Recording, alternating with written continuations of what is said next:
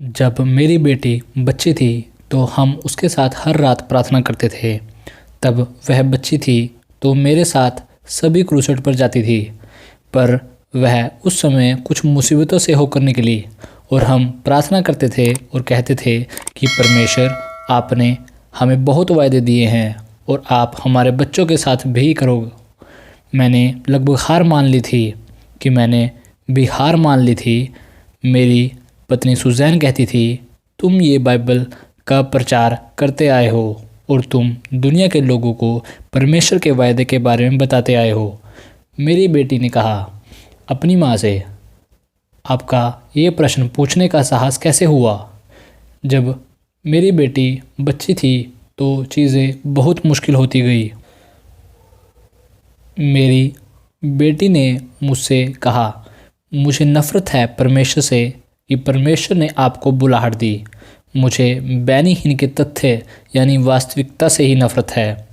मुझे उस हर चीज़ से नफ़रत है जो आप करते हो। आप क्यों एक नॉर्मल पिता नहीं बन सकते?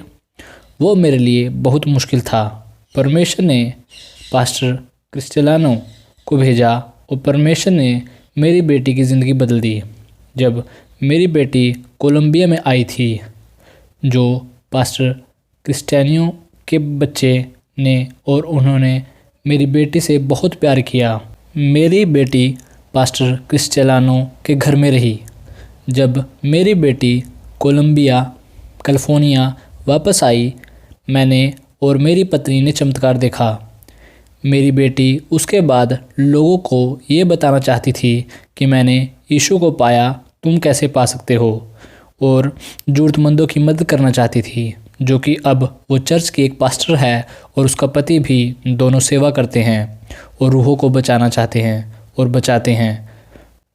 मैं आपको एक बात बताना चाहता हूँ, मेरी बेटी बचपन से ही सामर्थ्य के चारों तरफ रही।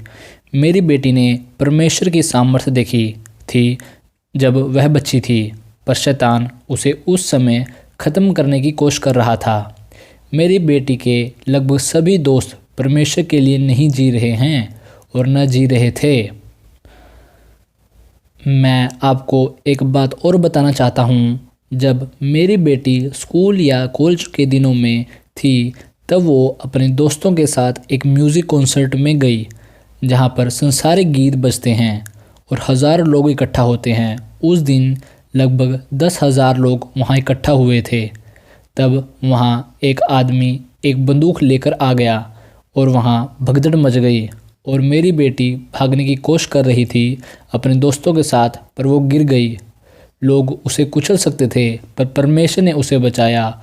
वो उस दिन लगभग मर ही जाती।